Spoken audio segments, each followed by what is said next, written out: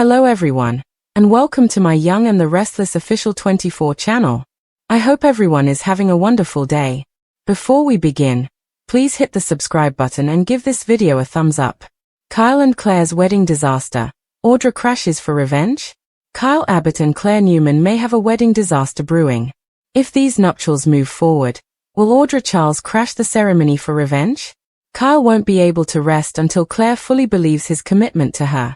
Although Kyle screwed up by keeping secrets about his time in Nice, he'll try to prove his love by popping the question. It'll be interesting to see Claire's reaction once Kyle gets down on one knee and asks her to marry him. Part of Claire will think it's way too soon, but another part of her may get swept up in the romance of it all. Kyle knows how to sweep Claire off her feet, so he may say all the right things and make Claire remember their deep connection. Perhaps Claire will accept Kyle's proposal and agree to start planning their wedding. Kyle and Claire could have a marriage ceremony in their future, but that doesn't mean it'll be completed, especially if Audra has anything to say about it. Audra certainly won't let this wedding go off without a hitch if she can't have her own happy ending with Nate Hastings. Instead, Audra might view Claire and Kyle's nuptials as the perfect opportunity for payback. Audra might even work out another deal with Victor Newman to destroy the wedding if she gets desperate enough. It'd be a mistake to trust Victor again, but Audra may decide she has nothing left to lose. Victor has assured Kyle and Claire that he won't interfere in their romance, but he may change his mind if they get engaged. That news could push Victor right back into sabotage mode, so maybe Audra could become part one last plan. On the other hand, Audra's own selfish desire for revenge might be enough motivation here. Regardless, it's easy to imagine Audra blowing up the wedding if Claire and Kyle actually try to tie the knot. Kyle admitted to kissing Audra in his sleeping car back in Nice, but he didn't tell Claire that he was half naked when it happened. That's something Audra could leak and use in her favor. Audra told Sally Spectra that Kyle was a towel away from betrayal, so she should tell Claire that, too. It could reinforce the idea that Kyle withholds information from Claire and twists things around to suit his needs. There might even be some other secrets for Audra to spill by then, so we'll see if some wedding destruction might be in her future. One way or another, Audra could make it her mission to ruin Claire and Kyle's chance at living happily ever after. Kyle Abbott's downfall opens the door for Claire and Holden. Kyle Abbott couldn't let it go. He's still angry about what happened between him and Audra Charles when they worked for Victor Newman at Glissade.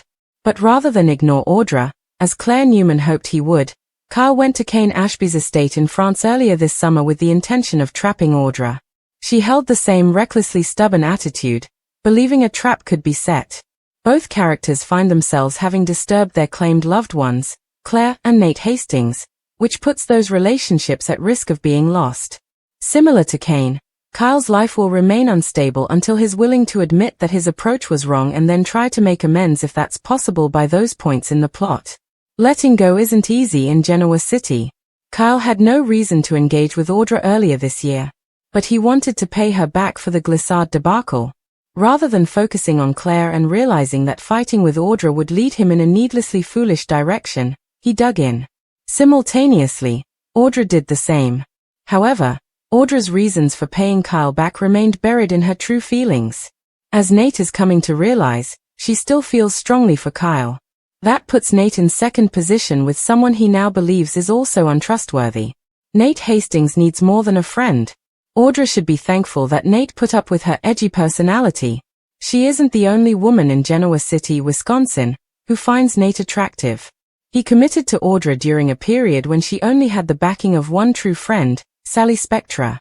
Nate's proven many times that he sees Audra's good side and offered her the type of stability she never had while in that dysfunctional relationship with Tucker McCall.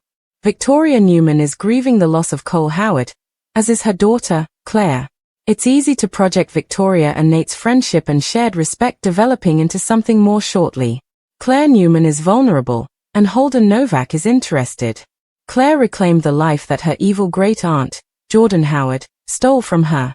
She thought she had realized a first love with Kyle that was leading to a long-term relationship, eventual marriage, and children. But Claire's inexperience with romance caused her to be unrealistic. Ironically, her grandfather's suspicions will be proven partially true. Kyle never sought to betray Claire, but it's going to appear that way, which implies a rebound to Holden Novak. Damian Kane's death shocked Holden when he learned about it through Lily Winters. So, he finds himself grieving a friend's loss, though he considered their friendship over by the time Damien died. Holden was tasked by Kane to ingratiate himself with the GC players. But Kane's decided to abandon his grand plan, and Holden is developing feelings for Claire. So, they project as a future pairing. Kyle Abbott and Claire Newman's love story was never going to be smooth, but no one could have anticipated just how much turmoil would follow once Kyle decided to propose, hoping that a grand gesture might erase the doubts hanging over them and prove, beyond all of Claire's fears, that he was committed to her and only her. Yet, even as he got down on one knee with a diamond in hand, the ghost of Nice and the unresolved drama with Audra Charles lingered in the background like a storm cloud ready to burst, because although Claire's heart swelled at the sight of Kyle baring his soul and asking her to take the leap into marriage, her mind screamed caution, reminding her of the half-truths and omissions that Kyle had offered up since their relationship began, particularly about the infamous kiss with Audra that was glossed over in the safest terms possible, while in reality the incident was far messier and far more damning than Kyle had ever admitted. Still, the romantic part of Claire, the part that desperately wanted to believe in fairy tales after reclaiming her life from Jordan Howard's manipulations, accepted his proposal, clinging to the belief that perhaps love could conquer the lies. And so wedding plans began to swirl through Genoa City, pulling in Jack Abbott, Diane Jenkins, Summer Newman, and even Victor Newman, who publicly promised not to interfere but whose private instincts remained as sharp and distrustful as ever, especially where Kyle was concerned. Meanwhile, Audra, simmering in the shadows, could not bear the thought of Kyle moving forward into happily ever after with Claire when she herself had been discarded, humiliated, and blamed for glissade, when in truth Kyle had been just as complicit in every step of the debacle, so her anger transformed into a singular determination. If Kyle dared to marry Claire, she would crash the wedding and expose every skeleton rattling in his closet, from the fact that he was half naked during their kiss in the sleeper car to the dangerous games he had played while trying to set her up in France. And though Sally Spectra had warned her not to pursue a path of destruction, Audra's pride and her unresolved feelings for both Kyle and Nate Hastings made her reckless enough to plot revenge. Nate, for his part, was growing more and more disillusioned with Audra, sensing that her obsession with Kyle had never truly ended, and while he tried to hold on to their relationship, every interaction revealed cracks in their foundation, until even Victoria Newman began to notice, finding herself oddly sympathetic to Nate's plight and recognizing in him a loneliness that mirrored her own after Cole Howard's death, which made it all too easy for a bond to form, a bond Audra would sense and despise but be powerless to stop, pushing her even further toward destructive choices. As wedding invitations went out and Jack threw his money behind a lavish ceremony meant to restore Abbott family pride, Victor kept a watchful eye, privately debating whether to let Kyle stumble into disaster or to give Audra the nudge she craved by funding her vendetta, reminding himself that keeping Claire safe, and perhaps steering her towards someone more stable, like Holden Novak, might justify the interference. But the irony was that Audra didn't need Victor's resources to make chaos. She already had enough secrets to detonate, and she planned to do so at the precise moment Claire said "I do," when the whole town would be gathered and Kyle's humiliation would be total. Because in Audra's mind, if she couldn't have her perfect ending with Nate, then Kyle and Claire didn't deserve theirs either. Yet the true wildcard in all of this was Holden, whose unexpected tenderness toward Claire following Damien Kane's death and the unraveling of Kane Ashby's schemes gave her a safe harbor she didn't yet realize she might need. For Holden saw in her not just the fragile survivor but also the woman she was becoming, and though he respected her choice to be with Kyle, he couldn't help feeling that Kyle's unresolved battles with Audra made him unworthy of Claire's trust. So while the wedding loomed like a grand spectacle, Holden remained on the sidelines, knowing in his heart that he might be the one to pick up the pieces when it all came crashing down. Genoa City buzzed with anticipation as the date drew near, whispers circulating about whether Kyle truly loved Claire or whether he was trying too hard to prove himself out of guilt, while Audra, with icy precision, rehearsed her moves, imagining the look on Claire's face when she revealed the truth about Nice, about how Kyle had been a towel away from betrayal, and perhaps even about other secrets she had held back for maximum effect, such as his backroom deals, his manipulations at Glissade, and the reckless choices that cost people their careers, because if Audra was going to strike, she would do so with lethal efficiency, ensuring no Abbott shield could protect Kyle from public ruin. What no one accounted for, however, was the ripple effect this wedding disaster would cause beyond just Kyle and Claire. Nate, pushed past his limits, might finally break from Audra once and for all, perhaps falling into Victoria's arms, while Victor could seize the chaos as evidence that Kyle was still too unstable to manage power, using the fallout as justification for new moves within Chancellor Winters or even Jabot. And in the midst of all this, Claire herself, shattered by betrayal, might find herself gravitating toward Holden, whose quiet strength offered a balm no grand gesture from Kyle could match. But before all that, the stage had to be set, and so the fateful day arrived, with flowers adorning the altar, Jack beaming with pride, Diane praying for calm, Summer bracing for awkwardness, and Claire walking down the aisle in a gown that symbolized hope, even as her intuition whispered danger, because she could feel the unease in the air, an unease that would prove prophetic when the doors of the chapel burst open and Audra Charles strode in, not as a guest, not as a bystander, but as a woman on a mission, ready to speak now or forever hold her peace. And when she began to speak, the shockwaves that followed would forever alter the destinies of Kyle, Claire, Nate, and every other player caught in this web of love, lies, and revenge. The gasps echoed through the chapel as Audra Charles stood framed in the doorway, her expression a perfect storm of bitterness, triumph, and raw pain. And though Claire's grip on her bouquet tightened until her knuckles whitened, Kyle's first instinct was to step forward, to contain, to silence, but Audra's voice carried through the hall with a venom that silenced even the whispers of the stunned guests, because she had chosen this moment. Claire in her gown, Kyle in his tux, Jack glowing with paternal pride, Diane fighting tears of joy, and the Newmans watching closely, to unleash the truths that Kyle had buried under layers of spin and omission, starting with the kiss in Nice, but not stopping there. He told you it was nothing, didn't he, Claire? Audra's words rang out, her eyes locking with Claire's trembling ones. But he didn't tell you he was half naked, that he had me cornered in that sleeper car, that he was more than one towel away from taking it further. If I had let it go that way, if I had leaned in just a little closer. And the collective intake of breath from the crowd was followed by a sharp "That's not true," from Kyle. His face red, his hands clenched, his entire body vibrating with the desperation of a man watching his carefully rebuilt image crumble. But the problem was that Audra wasn't entirely lying. She was twisting, embellishing, amplifying the fragments of truth Kyle had tried to bury, and Claire, staring at him now with wide eyes that shimmered with betrayal, couldn't help but wonder why she had to hear these details from Audra instead of the man she had trusted enough to marry. The officiant fumbled for words, Jack barked for security, Diane moved to shield Claire, and yet Audra kept going, unfazed by the chaos, revealing the trap Kyle had tried to set in France with Kane Ashby, the reckless games that jeopardized alliances and nearly imploded his standing with Victor. He didn't care about Claire, about his family, about anyone but his ego, Audra seethed. And you're all just here to clap for him like none of that ever happened, like he deserves this chance at a fresh start when he's been lying from the beginning. Victor, seated in the second pew, allowed a flicker of amusement to touch his lips, because though he hadn't orchestrated Audra's intrusion, the result was the same as if he had. Kyle's implosion was public, undeniable, and irreversible, the kind of stain that could never be scrubbed clean with apologies. And though he cared for Claire as Victoria's daughter, he believed this might be the harsh lesson she needed, that Abbott men were not to be trusted so easily, that Kyle's ambition and impulsiveness would always outweigh his loyalty. Claire's heart pounded in her chest, her mind whirling between Kyle's earnest proposal just weeks before and the cascade of secrets now unraveling in front of her. And when she finally found her voice, it was shaky but sharp. Is it true, Kyle? Did you leave that out? Did you let me plan a wedding without telling me all of it?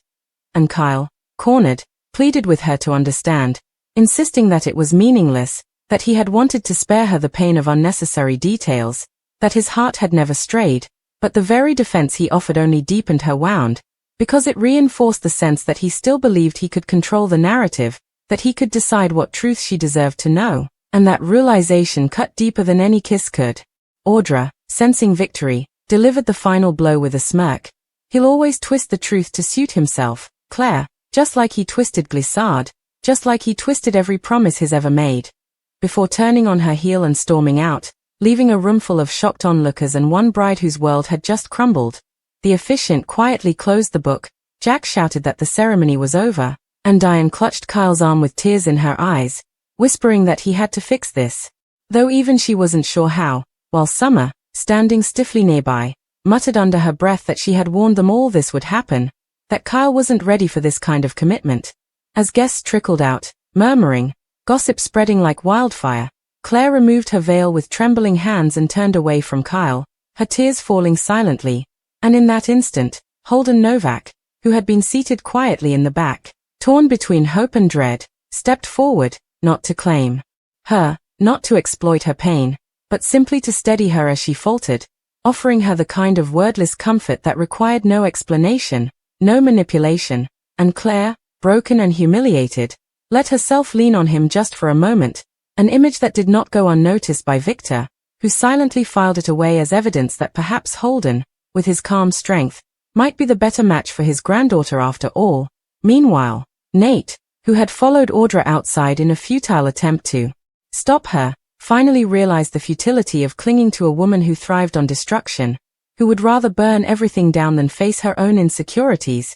And though Audra snapped at him that she had done what needed to be done, Nate's face hardened, his voice low with finality as he told her he was done, that whatever they had was over, leaving Audra momentarily stunned, because even in her moment of victory, she had lost the one person who had believed in her when no one else did. Victoria, watching from the sidelines, saw Nate's pain and felt a familiar ache stir within her, a recognition of loss and betrayal that mirrored her own. And though neither of them spoke of it then, a quiet bond was cemented, a bond that would grow in the weeks to come. Back inside, Jack and Diane tried to gather the Abbotts, urging Kyle to go after Claire, but Claire was already slipping away, leaving the chapel with Holden by her side, not as a lover, not yet, but as a friend who offered her the dignity of escape when her world collapsed. And though Kyle begged her to wait, to let him explain, she didn't even turn back, because in that moment, she knew explanations would be more of the same, half-truths, omissions, excuses, and she couldn't bear another word. In the days that followed, Genoa City buzzed with speculation about the aborted wedding, with some blaming Audra for her cruelty, others blaming Kyle for his arrogance, and many quietly marveling at the possibility of Claire finding solace with Holden, whose gentle steadiness stood in stark contrast to Kyle's volatility. And though Claire herself swore she wasn't ready for another relationship, the mere presence of Holden by her side was enough to ignite whispers. Kyle, meanwhile, spiraled, furious at Audra, desperate to win back Claire, but also too consumed by shame and defensiveness to fully confront his own mistakes. And in that stubbornness lay the seeds of his continued downfall, because every move he made to prove his love only reinforced the idea that he was performing, trying to control the story. Instead of surrendering to the truth, Audra, ostracized and abandoned, clung to her pride. But even she couldn't deny the emptiness gnawing at her now that Nate had walked away. And though she told herself that destroying Kyle was worth the cost, she began to realize that her scorched earth tactics had left her with nothing, no allies, no love, only Victor's occasional interest if it suited his purposes. And that wasn't enough. Victoria, watching her daughter's heartbreak and Kyle's unraveling, wrestled with her own guilt for encouraging the match, but Holden's quiet presence eased her mind, because she saw in him the kind of loyalty and steadiness that could help Claire heal, perhaps even thrive, if she allowed herself to trust again. And though she knew it was too soon, the possibility glimmered like a faint light at the end of a dark tunnel. Jack, devastated by the collapse of the wedding, doubled down on his support for Kyle, vowing to protect his son. But even he had to admit, privately to Diane, that Kyle had sabotaged himself by keeping too many secrets, that until Kyle learned to face the full truth without spin, he would never truly build a stable future, with Claire or anyone else. Diane, ever the fierce protector, still clung to hope that Kyle could mend things, but she also saw the way Holden looked at Claire, the way Victor subtly encouraged it, and she knew that Kyle's biggest rival now wasn't Audra but the quiet, steadfast Holden, who represented everything. Kyle wasn't in this moment trustworthy, dependable, and untainted by scandal. The story of the aborted wedding spread beyond Genoa City, becoming another headline in the saga of Abbott drama. And while Kyle seethed at being painted as the villain, Claire, though heartbroken, began to find her strength again, vowing not to let herself be defined by Kyle's mistakes or Audra's cruelty, but rather to rebuild her life on her own terms, perhaps with Holden's help, perhaps alone, but no longer willing to settle for half-truths and manipulations.